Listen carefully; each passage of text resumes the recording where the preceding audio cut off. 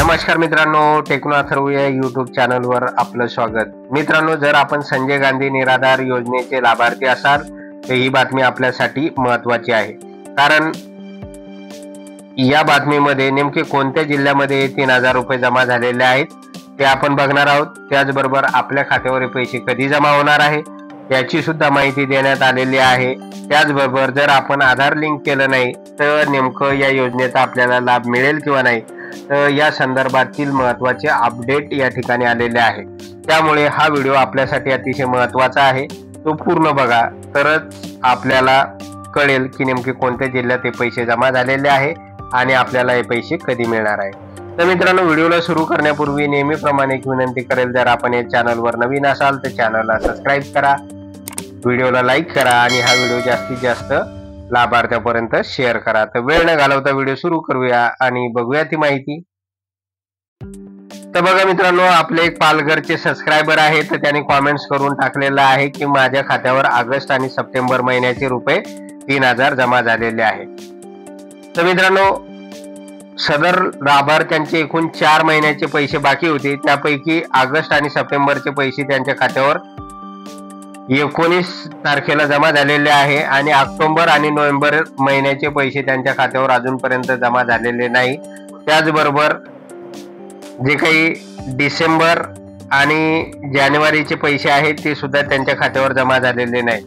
त्यामुळे हे लाभार्थी सुद्धा चौकशी करत आहे की आमच्या खात्यावर हे जे काही उर्वरित पैसे आहेत तर ते कधी जमा होणार आहे, त्याचबरोबर आम्हाला डिसेंबर आणि जानेवारीचा हप्ता कधी मिळणार आहे। तर मित्रांनो, या संदर्भात युद्ध पातळीवर काम सुरू आहे, कारण आता आपल्याला माहित आहे की डिसेंबर पासून संजय गांधी निराधार योजना असेल किंवा इतर निराधार योजना असेल तर त्या सगळ्या योजनांचे जे काही पैसे आहेत तर ते शासनाकडून डीबीटी मार्फत सर्व लाभार्थ्यांच्या खात्यावर जमा केले जाणार आहे। परंतु डीबीटी करत असताना त्यासाठी लाभार्थ्यांचं जे काही बँक अकाउंट आहे तर त्याला आधार लिंक असणं गरजेचं आहे। जर आधार लिंक नसेल त्यांच्या अकाउंटला तर त्यांच्या खात्यावर हे पैसे जमा होऊ शकणार नाही। त्यामुळे सगळ्याच लाभार्थ्यांनी तात्काळ बँकमध्ये जाऊन आपलं जे काही आधार नंबर आहे तर तो बँक अकाउंटला लिंक करणं अतिशय गरजेचं आहे, तरच आपल्याला डीबीटी मार्फत या योजनेचे पैसे तात्काळ जमा होऊ शकणार आहे। परंतु अनेक ठिकाणी आपल्याला असं दिसून येत आहे की बरेच लाभार्थी वयोवृद्ध आहेत आणि त्यामुळे त्यांचे जे काही बायोमेट्रिक जे काही थंब आहे तर त्याचं इम्प्रेशन होत नाही, त्यामुळे सुद्धा अडचणी येताना दिसून येतात। त्यामुळे सगळ्या लाभार्थ्यांनी तात्काळ आधार नंबर बँक अकाउंटला लिंक करणं गरजेचं आहे। त्याचबरोबर जे काही आधार नंबर आहे तर तो अपडेट करणं गरजेचं आहे। हे जर केलं नाही तर आपल्या खात्यावर डिसेंबर आणि जानेवारी पासून पुढचे जे काही लाभ आहे तर ते लाभ आपल्या खात्यावर जमा होऊ शकणार नाही। तर त्यामुळे मित्रांनो, हे काम लवकरात लवकर करा आणि सध्या प्रत्येक तहसील कार्यालयामध्ये ऑगस्ट, सप्टेंबर, ऑक्टोबर आणि नोव्हेंबरचा निधी आलेला आहे। त्यामुळे आता पैशाचं वितरण सुरू झालेलं आहे।